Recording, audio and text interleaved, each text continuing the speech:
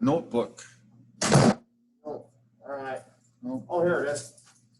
oh, A sorry. little note. No, you're not. Thank you. Have a good day.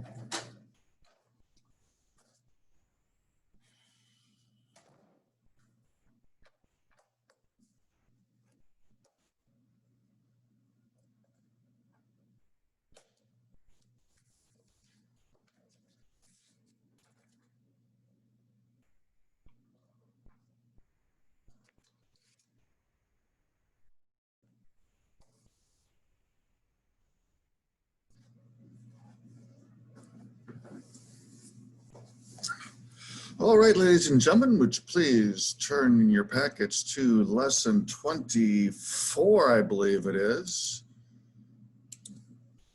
Lesson 24.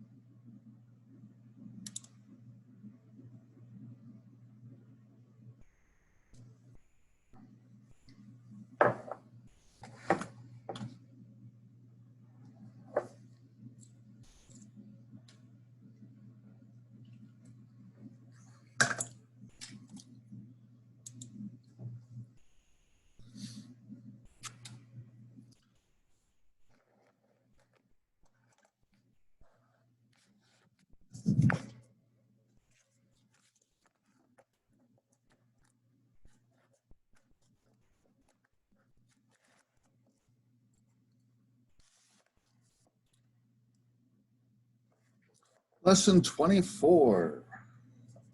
Let me do attendance while you take a gander at the warm-up problems there. I see we have Adriana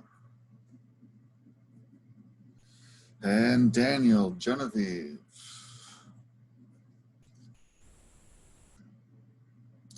Hebo and Jonathan and Madden. Hebo, Jonathan, Madden, Nick. 1, 2, 3, 4, 5, 6, 7.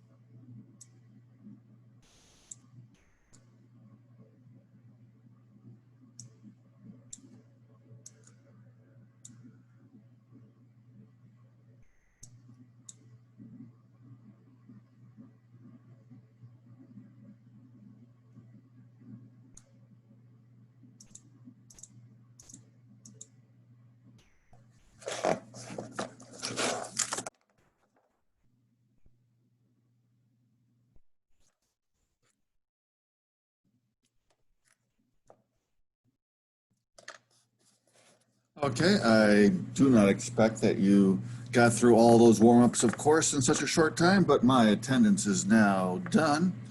So let's move on. Name three things that are put on the axes of a graph. Well, we have numbers, of course. We have the label, the words of what's being measured. Is it length or distance, time? We actually have those words written down. And we will have the units. Is it measured in seconds, or is it measured in meters or feet? Monse, we are on page 31. What do you call an equation, drawing, or item that's used to explain a concept? That's a model.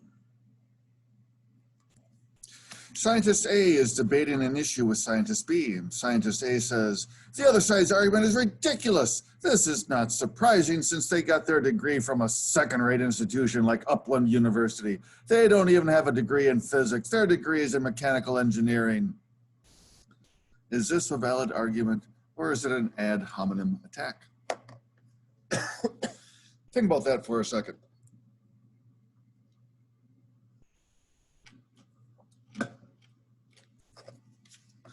That is ad hominem. That term is Latin for to the person. I think that's what it means, which means that you're directing your attention at the person who's talking about some data. You're not talking about the data itself. We don't want to do that in science. We want to just look at the data, see where it's good, where it's bad, is it analyzed correctly, that kind of a thing. We don't care who produced the data, just is the data good. Please remember, I've said this before, I'll say it again. Albert Einstein did not have a fancy college degree when he did his groundbreaking work in relativity. He was just some kind of a clerk at a patent office. And so don't discount good science because of the person who produced it. Number 4, how long would it take an object to drop and fall 6 meters?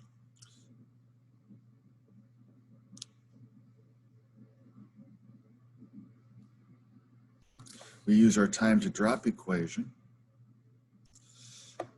How long would it take? We're looking for the t. The height of the fall is 6 meters, so we put the 6 in for the h.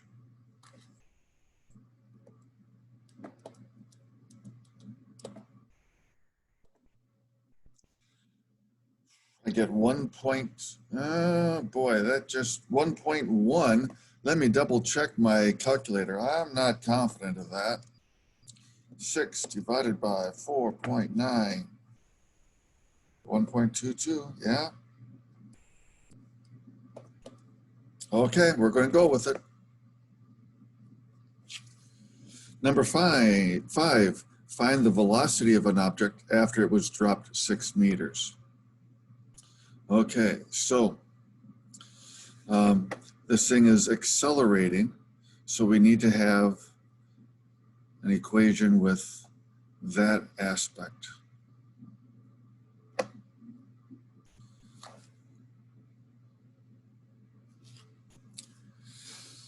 During the fall, the acceleration is negative 9.8.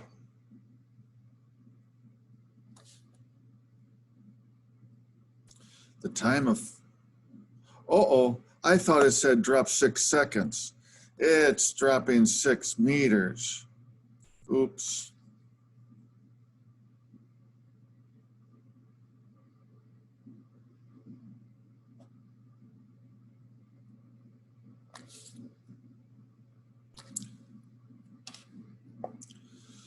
Okay, so let's find out how long it takes, how many seconds it takes to drop 6 meters.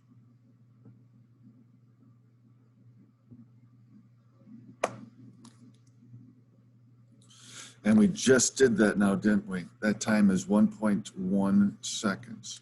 Okay, now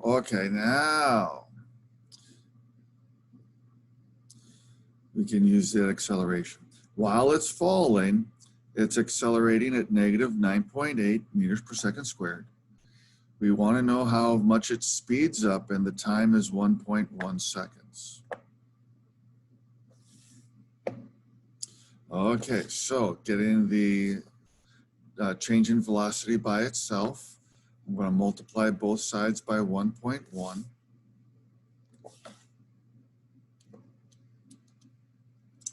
And I get 10.8.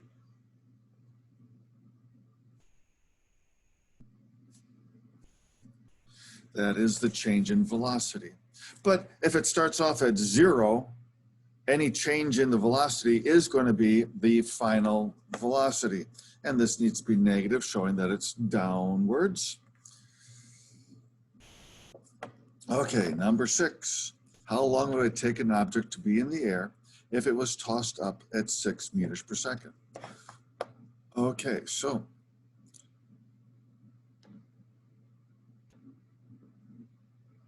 we're looking for the time in the air. During the flight, at every moment, the acceleration is negative 9.8.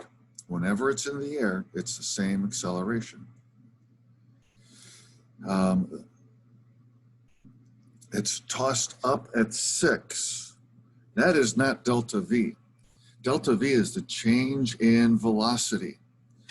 When we have an object going up and coming down, the initial velocity here is 6.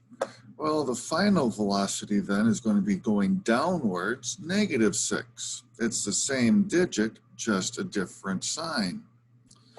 So the change in velocity, remember, change in is always the final thing minus the initial thing.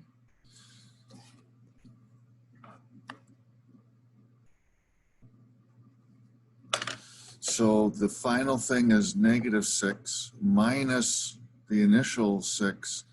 The change in velocity is negative 12. And we want to know how long it's going to take to go from one to the other. So we have the t at the bottom as a letter. Okay, now to solve for t, remember our fancy little technique here. We switch the diagonals. So it's going to be t is equal to negative 12 divided by negative 9.8.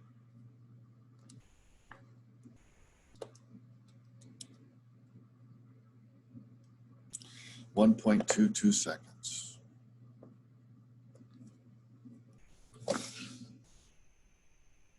Okay, that's the end of the first column. Any questions on those materials?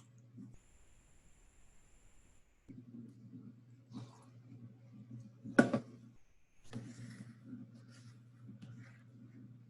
motorcycle stunt driver drives off a 10-meter cliff at a velocity of 20 meters per second. What is the range? The first step is to find the time in the air, and we use the time to drop equation for that.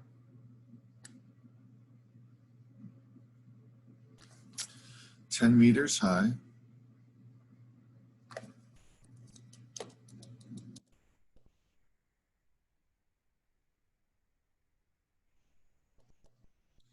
(1.42).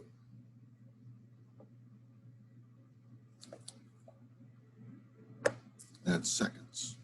To find the range, I call this equation the range equation.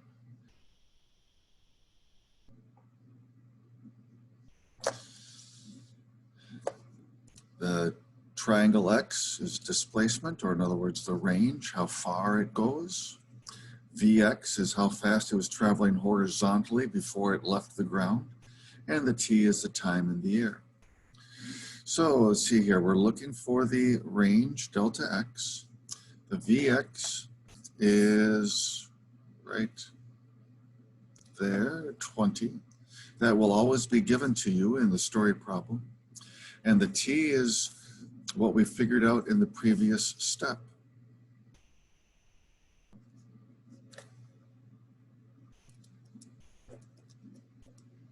(28.4).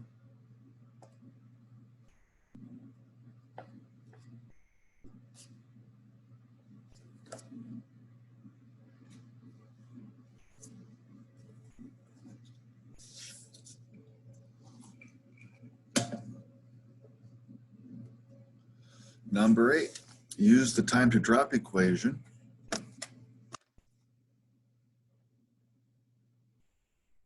Use the time to drop equation and an equation v equals 2t to get an equation with v alone on the left side and h on the right side. Okay, so we want to find what variable is in both equations. And we have the t is in both. So we're going to take this expression that's equal to the t, and we're going to put it into the other equation for the t. So in this equation here, everything's going to stay the same except for t.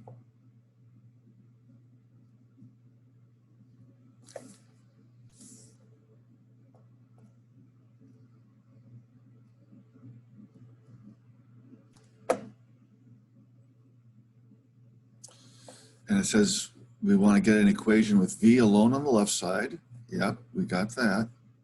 And h on the right side. Yep, we got that. We're done. That was easy. Number 9, use the time to drop equation and the equation h equals 2v to get an equation with v alone on the left side and t on the right side. Okay, so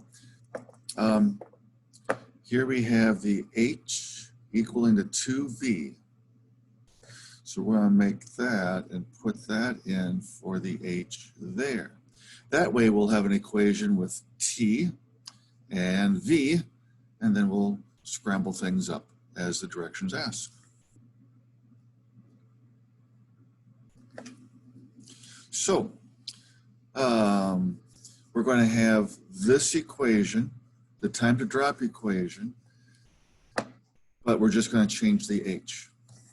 So t is equal to square root. Instead of the h, we're going to have 2v, and then we have the 4.9 at the bottom. Okay, so now we have our new equation, but let's make it according to what the directions say. We want v alone on the left side, t on the right side. So v is inside the square root. So the first thing we're going to do is square both sides.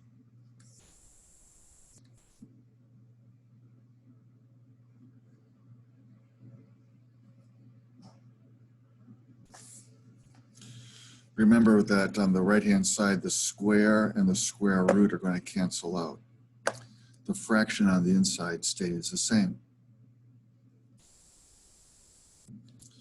Okay, we're trying to get the v alone.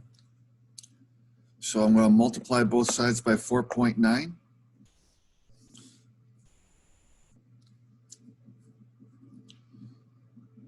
And I can divide both sides by 2.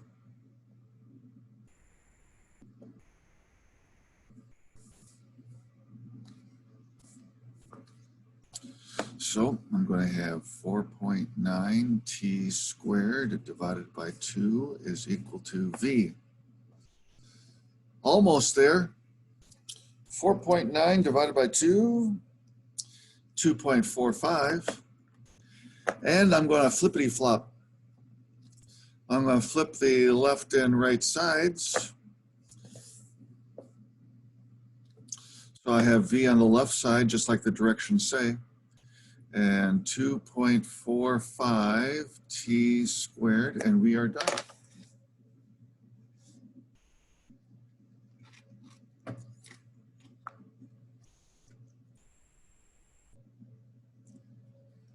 Number 10, use the equations a equals 3b and 6b plus 12c equals 0 to derive a new equation with a alone on the left and c on the right. Okay, this is a little bit on the trickier side. The variable that's in both of these equations is b. So we're going to change one of those b's, but we don't have b all by itself now, do we? So I'm going to take this equation right here, and I'm going to divide both sides by 3.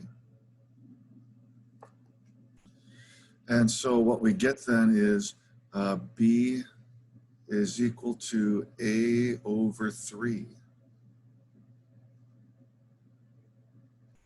That's what we can substitute into the other equation. Okay, go ahead and do that. And then get A alone on the left, C on the right. Try doing that on your own, please.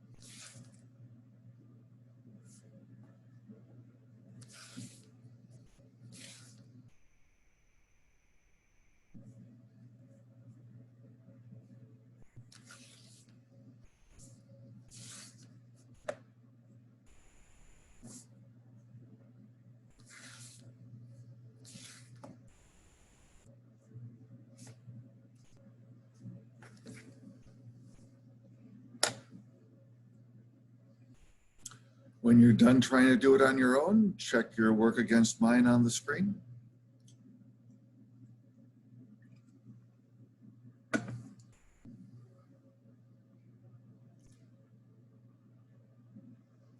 Any questions on that?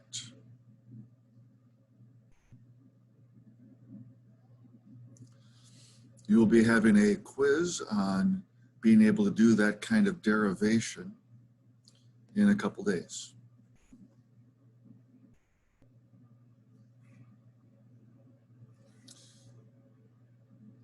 Okay, so that's all review. And we're just going to keep on reviewing here. Find the velocity of an object that was dropped 9 meters.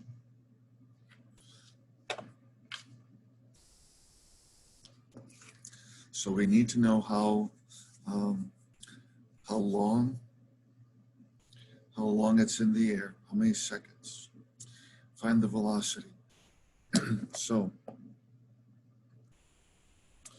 first of all, time in the air.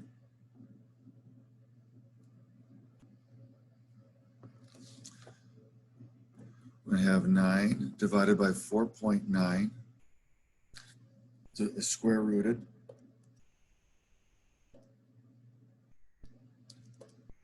.35 seconds. During that 1.35 seconds, it's accelerating downwards faster and faster and faster, gaining more and more velocity. So we use the acceleration equation to figure out what the final velocity is. The acceleration is negative 9.8 whenever an object is in the air. We're looking for how much it speeds up, and the time is 1.35 seconds. Multiply both sides by 1.35, and you get 13.3.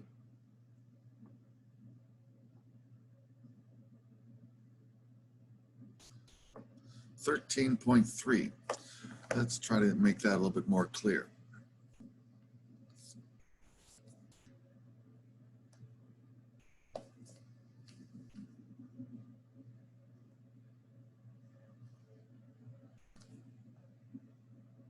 Since it starts off at 0, stationary, any change in velocity is indeed the final velocity. Number 2, how long would an object be in the air if it was tossed up at 9 meters per second?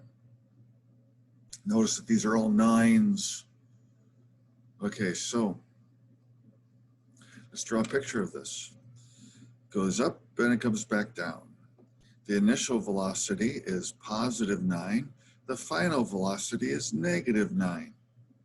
So what is the change in velocity? What's the difference between these? This is VI and this is VF. The change in the velocity is going to be the final -9 minus the initial +9. So the change in velocity is -18 meters per second. We can then use that in the acceleration equation.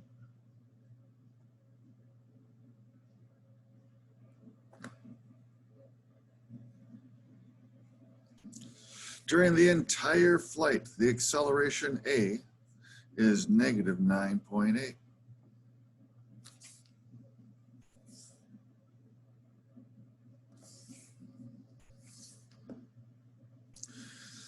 The change in velocity on the top is -18. And we want to know the time at the bottom.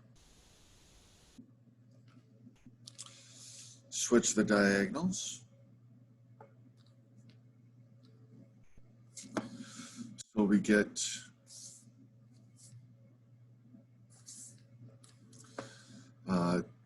T is equal to -18 divided by -9.8.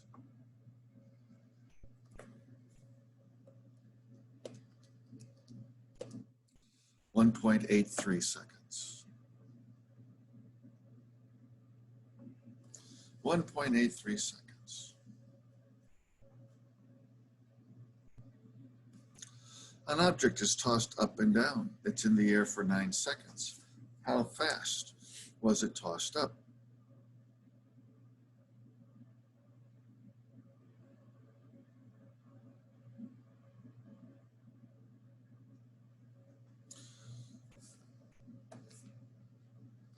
Wish I had more room here.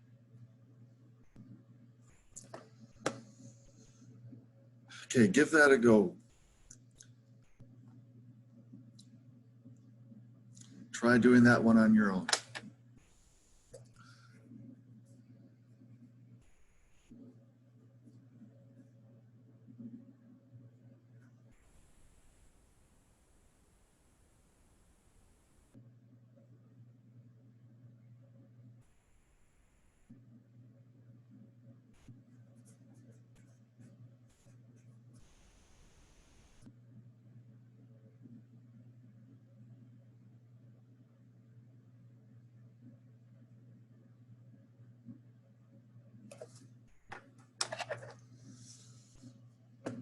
There was an equation that we derived for problems just like this.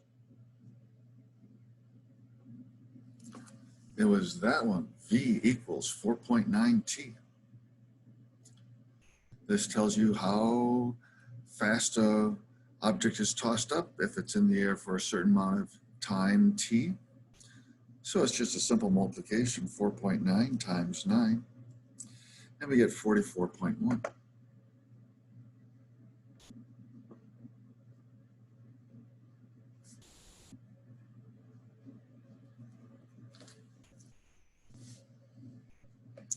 Number 4, motorcycle stunt driver drives off a 9-meter cliff with a velocity of 9 meters per second.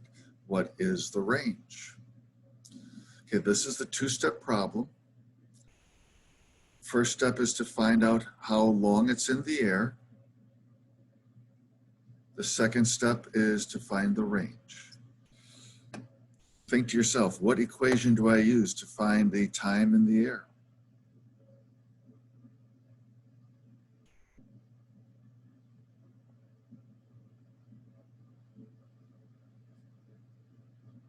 It's that one. Go ahead and put in the numbers.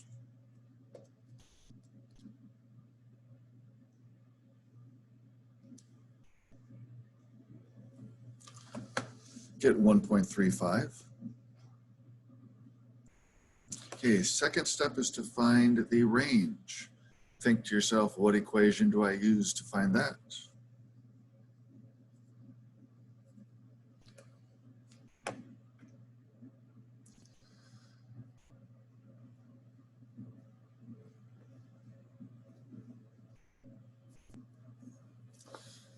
Delta x equals vxt.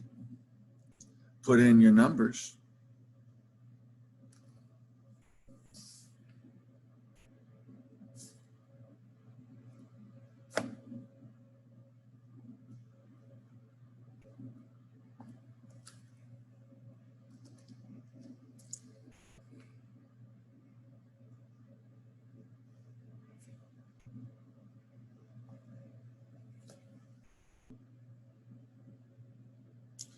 Try to do number 5 on your own at this time.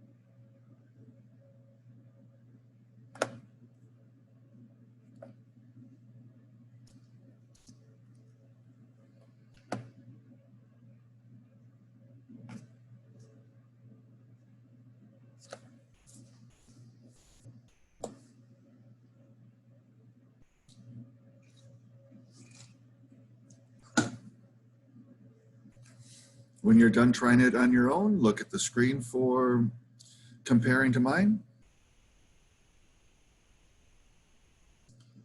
Does anybody have any questions on those 5 questions?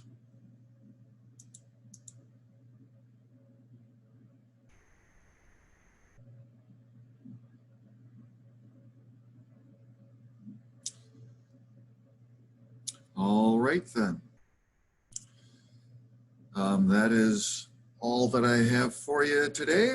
You have the wrap up and you have some practice on homework 22. It's 10 questions that are going to be very similar to your quiz questions. Remember, you get the answers at the end so you can see where you went wrong and perhaps figure that out, and you can resubmit to get a better score. Doing the homework over and over not only will get you a better score, but it will also improve your skills for the quiz. I'll stick around for a few minutes if you have any questions. Otherwise, you are excused.